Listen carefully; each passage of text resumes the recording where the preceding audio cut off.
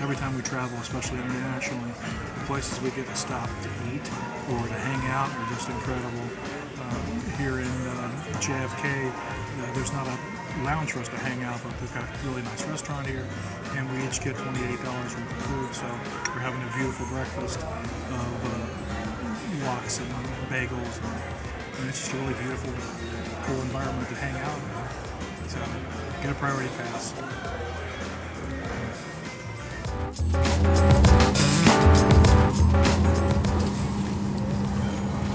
We made it on the first plane.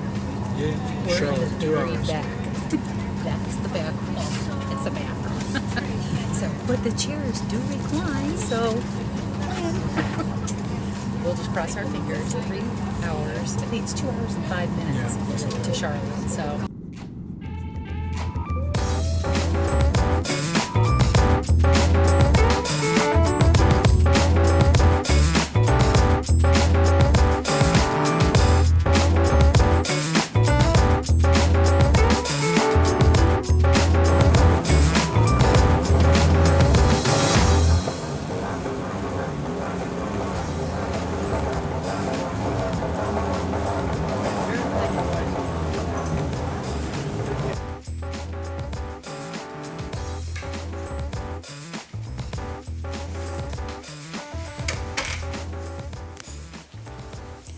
This is our bedroom.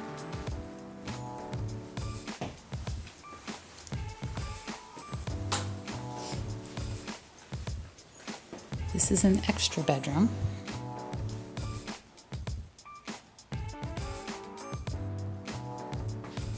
Our area is not large, but it's plenty big.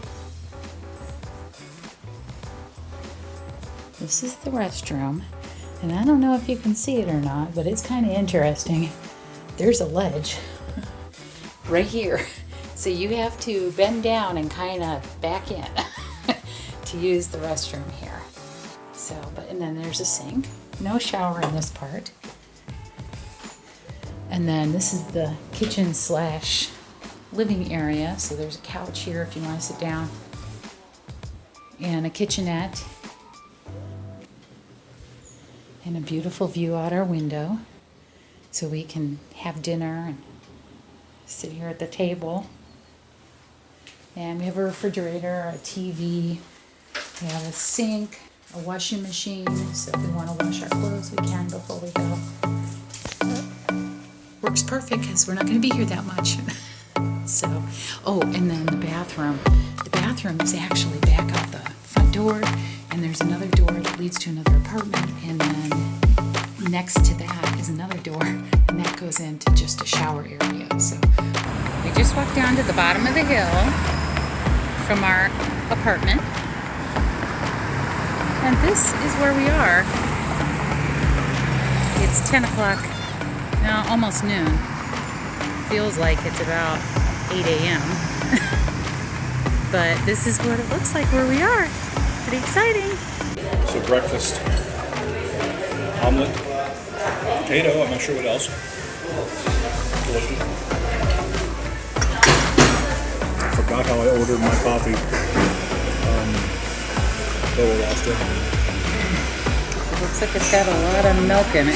Yeah, I can't remember what this way is called. You're going to have to work on that. And then I'm having this, which is tuna and tomato, and there's egg in there, and it's almost like a pastry. It's so yummy. Ham. It's beautiful.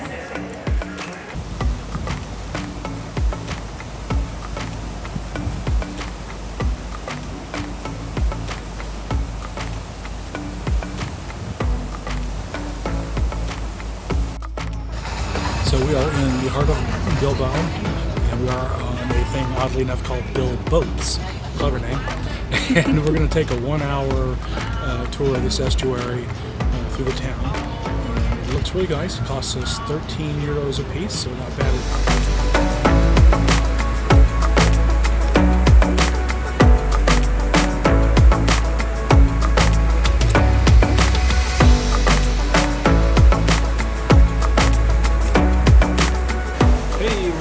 Center of Bilbao. We found it.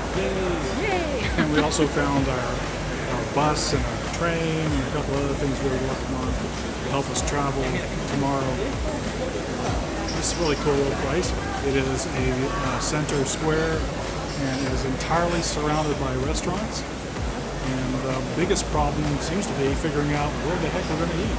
There's so many choices. So I'm going to show you a little bit of what it looks like.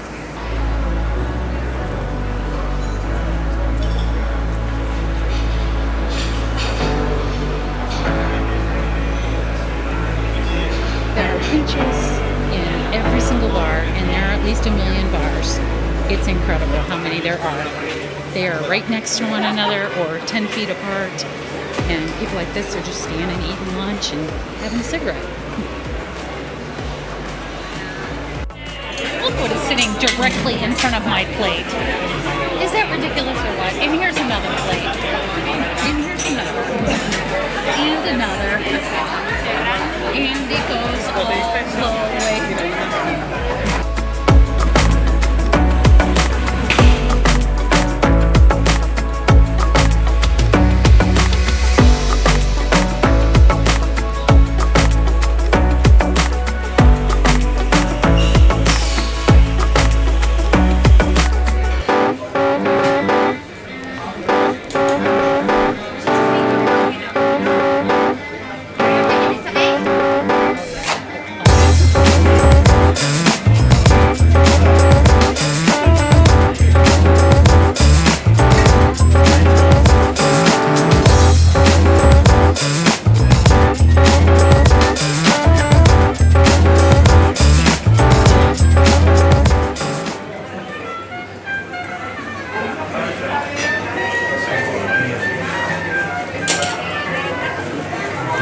Better than yesterday? Oh yeah.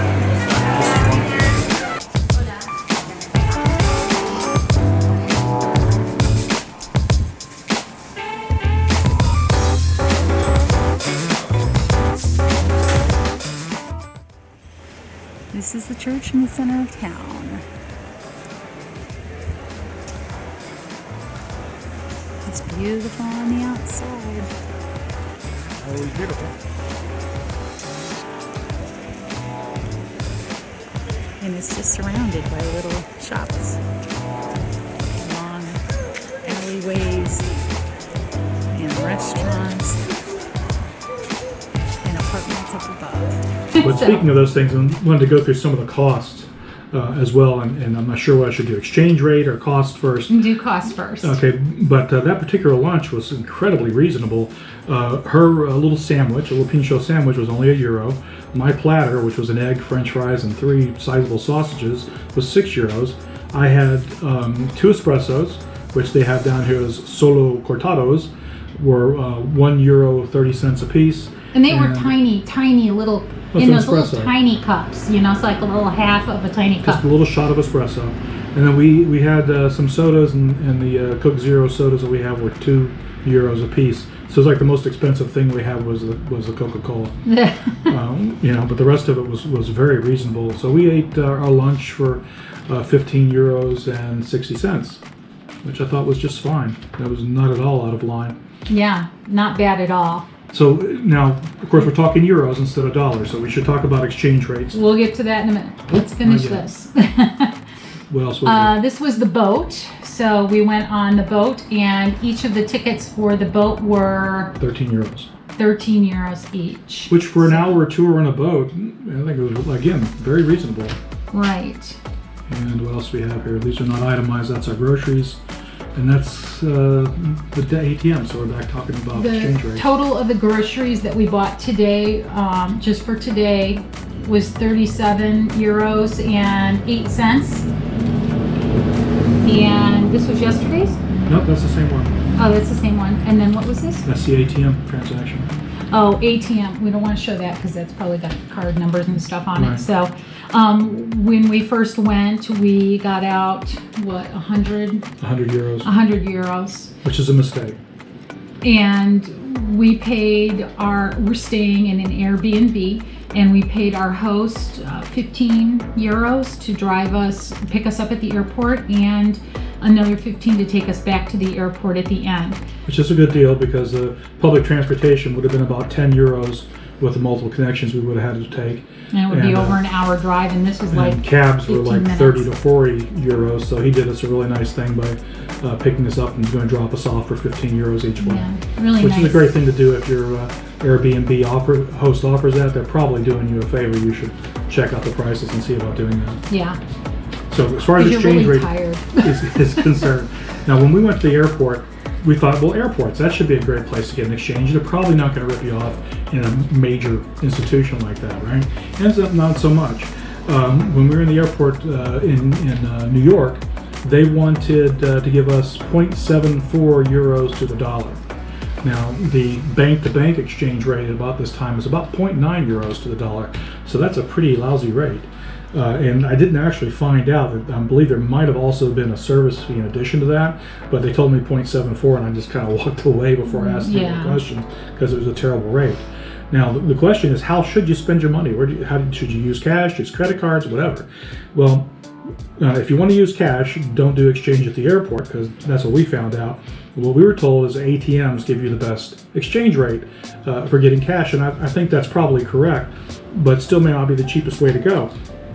So in that exchange for 100 euros, basically the machine charged us an exchange rate, and the machine charged us 1.75 euros as a service fee, and my bank charged us $2.5 as a service fee.